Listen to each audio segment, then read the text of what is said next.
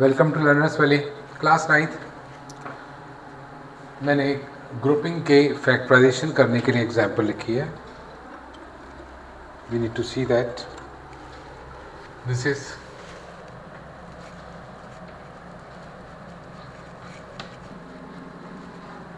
Grouping. हम फिलहाल grouping पर ही फोकस कर रहे हैं। उसके बाद क्योंकि कॉमन फैक्टर जो लेना है ये प्रोसेस तो आप लोग सीख चुके हो, तो मुझे उम्मीद है कि इसमें हमें प्रॉब्लम नहीं है। हम ग्रुपिंग को देखना चाह रहे हैं। अब जो मैंने एक्सप्रेशन यहाँ लिखी है इसमें 6 टर्म्स हैं। देखिएगा, टर्म्स 6 टर्म्स हैं इसके अंदर। मैंने आपको बताया था ग्रुपिंग के लिए आपके पास 4 टर्म्स होने चाहिए ज़्यादातर सवालों में। ये एक एक्सेप्शनल एग्जाम्पल मैंने क्रिएट किया, इसके अंदर 6 टर्म्स डाली है। कॉमन लेना है, पॉसिबल है 6 की 6 टर्म में। तो मुझे यहाँ ए और एक्स नज़र आ रहा है। देखिए ए इसमें नहीं है, इसमें नहीं है, इसमें है, इसमें भी नहीं है, इसमें भी नहीं है। ए सिर्फ 2 टर्म में आ रहा है। एक्स इसमें है, इसमें है, इनमें से किसी में भी एक्स नहीं है। लिहाजा 6 की 6 टर्म्स में कोई कॉमन फैक्टर मौजूद नहीं है। कॉमन लेने का प्रोसेस मुमकिन नहीं है। So will go for grouping. Grouping करने के लिए जा रहे हैं तो हमें नंबर ऑफ टर्म्स काउंट करनी पड़ेंगी। 6 टर्म्स हैं यहाँ पर, और ग्रुपिंग के लिए मैंने आपको बताया था या तो आपको 4 टर्म्स चाहिए, 6, 8 या फिर 9। ये 6 टर्म्स हैं।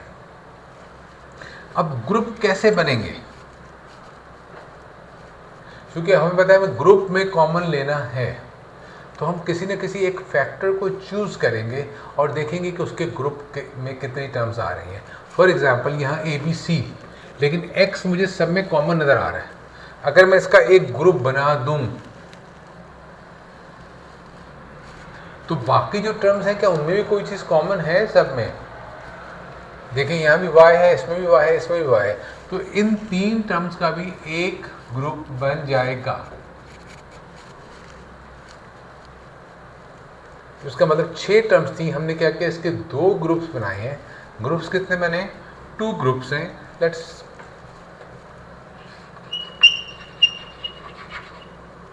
ग्रुप्स 2 बने, और टर्म्स कितनी आई हैं इस ग्रुप में?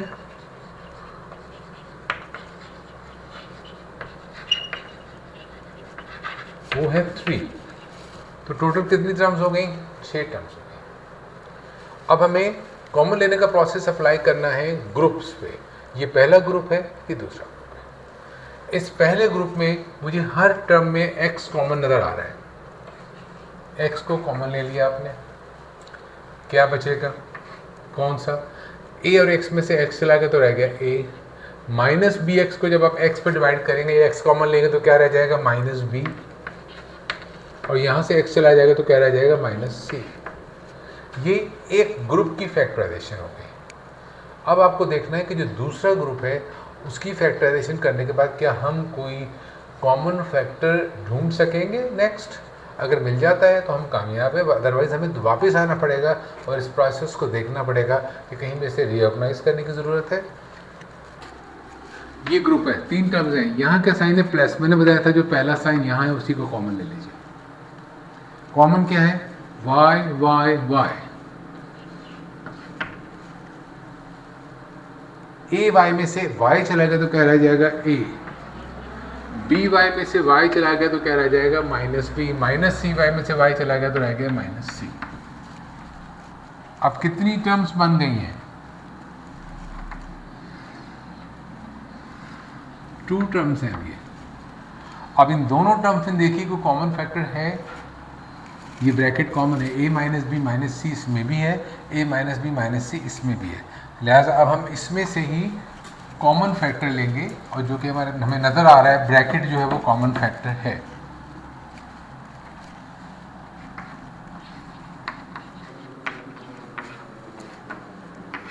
इस टर्म में से ये ब्रैकेट कॉमन चला गया तो क्या बचेगा? x। इसमें से जब ये कॉमन चला जाएगा तो क्या बचेगा? y। अब कितनी टर्म्स बन गई इसमें? अब ये पूरी की पूरी एक ही टर्म है, 1 टर्म है। और फैक्टर्स कितने बने? 2। एक ये ब्रैकेट है और एक ये ब्रैकेट है, 2 factors. This is grouping of 6 terms. लेकिन मैं इसको फर्दर ब्रेक डाउन करना चाहता हूँ। ये ग्रुपिंग एक ही फैक्टराइजेशन फैक्टर्स का जो आंसर आ जो रिजल्ट आ रहा है वो चेंज नहीं होगा, लेकिन इसके बहुत सारे मेथड पॉसिबल हैं और हमें किसी को भी यूज़ करने की ज़रूरत पड़ सकती है किसी सिचुएशन में। तो हमें हर तरीके को सीखना है ताकि जब हम प्रैक्टिकली सवाल कर रहे हो तो हम मजबूर ना हो कि हमें एक ही तरीका आता है दूसरा तरीका हम नहीं कर सकते। So let's see what could be the other possible way.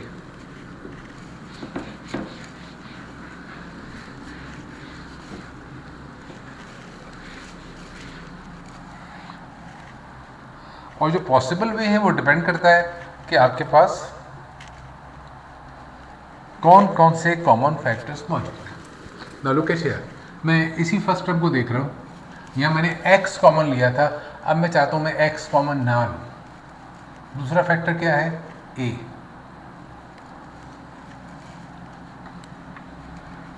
ये ax। अब मैं वो टर्म ढूंढूंगा जिसमें a मौजूद हो ताकि मैं a को कॉमन ले सकूं जितनी भी टर्म्स में a मौजूद है। सम टाइम b में need this approach. So ax और कौन सी टर्म है जिसमें a मौजूद है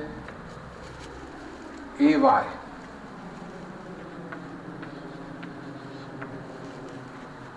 कोई और टर्म नहीं है जिसमें a मौजूद हो।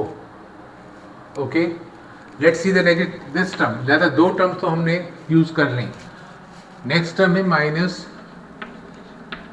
B x.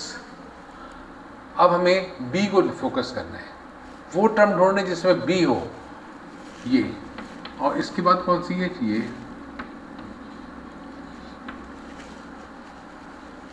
फिर cx, और ये अब तो बची ही एक टर्म है, लिहाजा आपके पास कोई ऑप्शन नहीं है cy, लेकिन बहरहाल कॉमन दोनों में c मौजूद है। अब यहाँ कितने ग्रुप्स बन रहे हैं? नाउ लुक एट हियर, यहाँ 3 ग्रुप्स बन रहे हैं।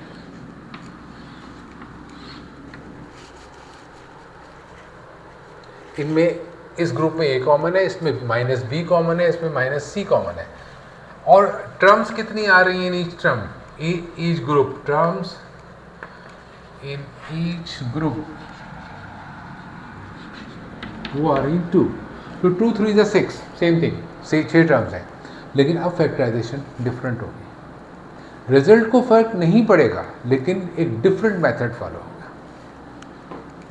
इन दोनों में क्या कॉमन आ रहा है a, क्या बचेगा x,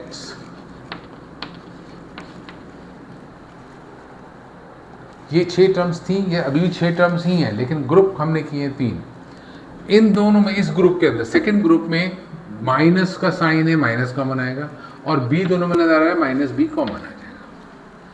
माइनस का साइन जब कॉमन आ जाएगा तो इस माइनस के साइन को इस माइनस से मल्टीप्लाई करें, प्लस हो जाएगा x, ये माइनस का साइन इस माइनस से मल्टीप्लाई होगा, डिवाइड कर दें, मल्टीप्लाई कर दें। अगर माइनस का साइन कॉमन आ गया है तो अंदर के साइन चेंज हो जाएंगे। इन दोनों में से c कॉमन आएगा, same way x plus Y. Now we know we need this thing.